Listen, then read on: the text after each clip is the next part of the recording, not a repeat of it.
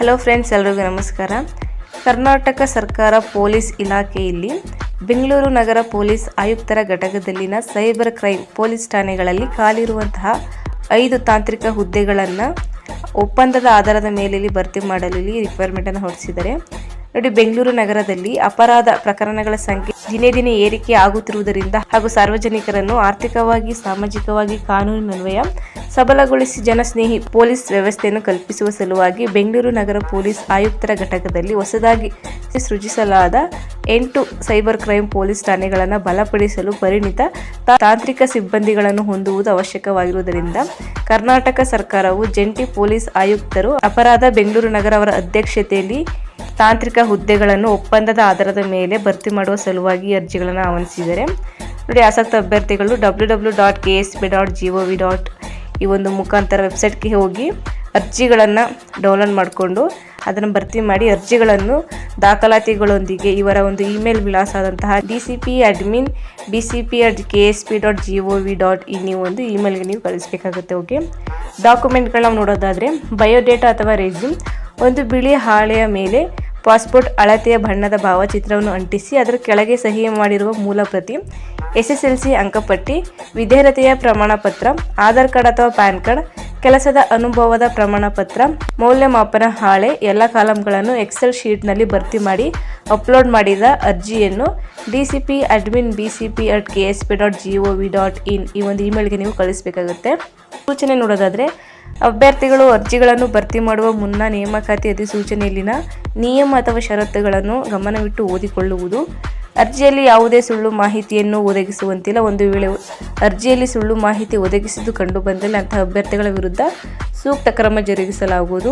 ಅರ್ಜಿ ಸಲ್ಲಿಸಲು ಪ್ರಾರಂಭ ದಿನಾಂಕ 15/10/2025 ಓಪನ್ ಆಗಿದ್ದು ಕೊನೆಯ ದಿನಾಂಕ 29/10/2025 ಲಾಸ್ಟ್ ಡೇಟ್ ಇರುತ್ತೆ. ಓಕೆ, ಇಲ್ಲಿ ಪೋಸ್ಟ್ ನೋಡೋದಾದರೆ ಡಿಜಿಟಲ್ ಫಾರೆನ್ಸಿಸ್ ಅನಾಲಿಸ್ಟ್ ಸಂಬಂಧಪಟ್ಟಂತೆ 5 ವೇಕೆನ್ಸಿ ಇವರು ಕಾಲ್ಫಾರ್ಮ್ ಮಾಡಿದ್ದು ಇವರ ಸ್ಯಾಲರಿ ಪರ್ ಮಂತ್ 50,000 ಅಷ್ಟು ಇರುತ್ತೆ. ಓಕೆ, ನಂತರ ವಿದ್ಯಾರ್ಥಿಯನ್ನು ನೋಡೋದಾದರೆ ಡಿಜಿಟಲ್ ಫಾರೆನ್ಸಿಸ್ ಅನಾಲಿಸ್ಟ್ ಪೋಸ್ಟ್ ಸಂಬಂಧಪಟ್ಟಂತೆ ಎಜುಕೇಷನ್ ಕ್ವಾಲಿಫಿಕೇಷನ್ ನೋಡೋದಾದರೆ BE, BTech, BCA, MSc, MCA in information technology ಅಥವಾ ಕಂಪ್ಯೂಟರ್ ಸೈನ್ಸ್ ಅಥವಾ electronics and communication, telecommunications and any equivalent or relevant degree ಮಾಡಿರೋರು ನೀವು ಅಪ್ಲಿಕೇಶನ್ ಹಾಕಕ್ಕೆ ಅರ್ಹರಾಗಿರ್ತಾರೆ. ಓಕೆ, ಇದರಲ್ಲಿ ನೀವು ಮಿನಿಮಮ್ ಅಂದರೆ 60% ಅಷ್ಟು ನೀವು ಅಂಕಗಳನ್ನು ಗಳಿಸಿರಬೇಕಾಗುತ್ತೆ. ಇಲ್ಲಿ ಏಜ್ ನೋಡೋದಾದರೆ ಮಿನಿಮಮ್ ಅಂದರೆ 25 ವರ್ಷ ಆಗಿರಬೇಕು, ಮ್ಯಾಕ್ಸಿಮಮ್ 35 ವರ್ಷದ ಒಳಗಡೆ ಇರೋರು ನೀವು ಅಪ್ಲಿಕೇಶನ್ ಹಾಕೋಕ್ಕೆ ಅರ್ಹರಾಗಿರ್ತಾರೆ. ಓಕೆ, ನಂತರ ಇಲ್ಲಿ ನೀವು ಕೆಲವು ಸರ್ಟಿಫಿಕೇಟ್ಗಳನ್ನ ಹೊಂದಿರಬೇಕು ಅಂತ ತಿಳಿಸಿದ್ದಾರೆ.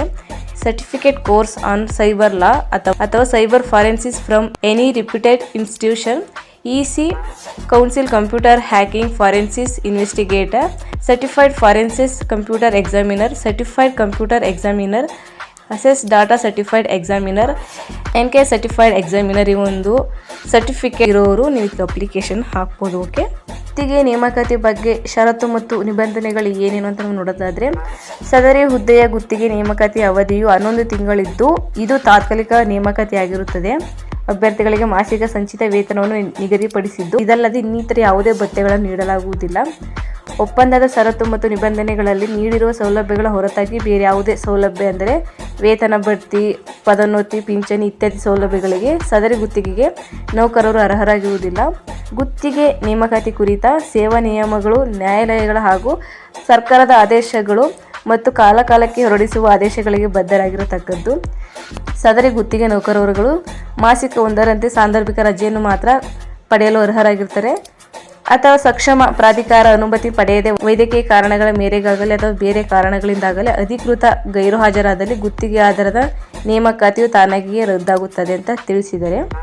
ನಂತರ ಗುತ್ತಿಗೆಗೆ ನೌಕರರು ಕರ್ತವ್ಯವನ್ನು ಶ್ರದ್ಧೆ ಮತ್ತು ಆಸಕ್ತಿಯಿಂದ ನಿರ್ವಹಿಸುವುದು. ಗುತ್ತಿಗೆ ನೌಕರರು ಕರ್ತವ್ಯವನ್ನು ಪಾಲಿಸುತ್ತಿರುವ ಅಥವಾ ನೆರವೇರಿಸುತ್ತಿರುವಾಗ ಅವರಿಗೆ ಲಭ್ಯವಾಗಬಹುದಾದ ಅಥವಾ ದೊರಕಬಹುದಾದ ಅಧಿಕೃತ ಮಾಹಿತಿಯನ್ನು ಗೌಪ್ಯತೆಯನ್ನು ಕಾಪಾಡುವುದು.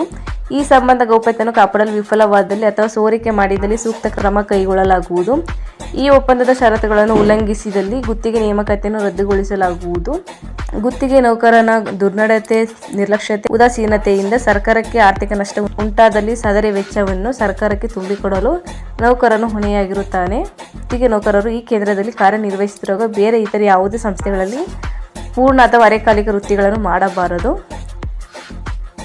ನಂತರ ಈ ನೇಮಕಾತಿ ಆದೇಶವನ್ನು ಸ್ವೀಕರಿಸಿದ ದಿನದಿಂದ 7 ದಿನಗಳ ಒಳಗಾಗಿ 100 ರೂಪಾಯಿಗಳ ಛಾಪಾ ಕಾಗದದಲ್ಲಿ ಸದರಿ ನೇಮಕಾತಿಯ ಷರತ್ತು ಮತ್ತು ನಿಬಂಧನೆಗಳನ್ನು ಒಳಗೊಂಡಿರುವ ಕರಾರು ಪತ್ರವನ್ನು ಕ್ರಮಬದ್ಧ ರೀತಿಯಲ್ಲಿ ಸದರಿ ನೌಕರರಿಂದ ಬರೆಸಿಕೊಳ್ಳಲಾಗುವುದು ಅಂತ ತಿಳಿಸಿದ್ದಾರೆ. ಓಕೆ, ನಿಮ್ಗೆ ಇದ್ರ ಬಗ್ಗೆ ಇನ್ನೂ ಹೆಚ್ಚಿನ ಮಾಹಿತಿ ಬೇಕು ಅನ್ನೋದಾದರೆ ನಾನು ಈ ವಿಡಿಯೋ ಡಿಸ್ಕ್ರಿಪ್ಷನಲ್ಲಿ ಲಿಂಕ್ ಕೊಟ್ಟಿರ್ತೀನಿ. ನೀವು ಲಿಂಕ್ ಕ್ಲಿಕ್ ಮಾಡ್ಕೊಂಡು ಇದ್ರ ಬಗ್ಗೆ ಇನ್ನೂ ಹೆಚ್ಚಿನ ಮಾಹಿತಿನ ತಗೋಬೋದು. ಓಕೆ, ಸೊ ಇದಿಷ್ಟು ಕೇಸ್ನಲ್ಲಿ ಕನ್ಫರ್ಮ್ ಮಾಡಿರುವಂಥ ಸೈಬರ್ ಕ್ರೈಮ್ ಪೊಲೀಸ್ ಠಾಣೆಗಳಲ್ಲಿ ಖಾಲಿರುವಂತಹ ತಾಂತ್ರಿಕ ಹುದ್ದೆಗಳ ಬಗ್ಗೆ ಮಾಹಿತಿ ಇದಾಗಿರುತ್ತೆ. ಸೊ ಇಂಟ್ರೆಸ್ಟ್ ಇರೋರು ಅಪ್ಲೈ ಮಾಡಿ, ನನ್ನ ಫ್ರೆಂಡ್ಸ್ಗೆ ಶೇರ್ ಮಾಡಿ, ಅವ್ರು ಕೂಡ ಯೂಸ್ ಆಗುತ್ತೆ ಅಂತ ಹೇಳ್ತಾ ಈ ಒಂದು ವಿಡಿಯೋ ಇಷ್ಟದಲ್ಲಿ ದಯವಿಟ್ಟು ಒಂದು ಲೈಕ್ ಮಾಡಿ, ಶೇರ್ ಮಾಡಿ, ಹಾಗೂ ಹೀಗೆ ಹೆಚ್ಚಿನ ಒಂದು ಜಾಬ್ ಅಪ್ಡೇಟ್ಸ್ಗಳಿಗಾಗಿ ನಮ್ಮ ಯೂಟ್ಯೂಬ್ ಚಾನಲ್ನ ಸಬ್ಸ್ಕ್ರೈಬ್ ಮಾಡಿ, ಸಪೋರ್ಟ್ ಮಾಡಿ ಫ್ರೆಂಡ್ಸ್. Thank you.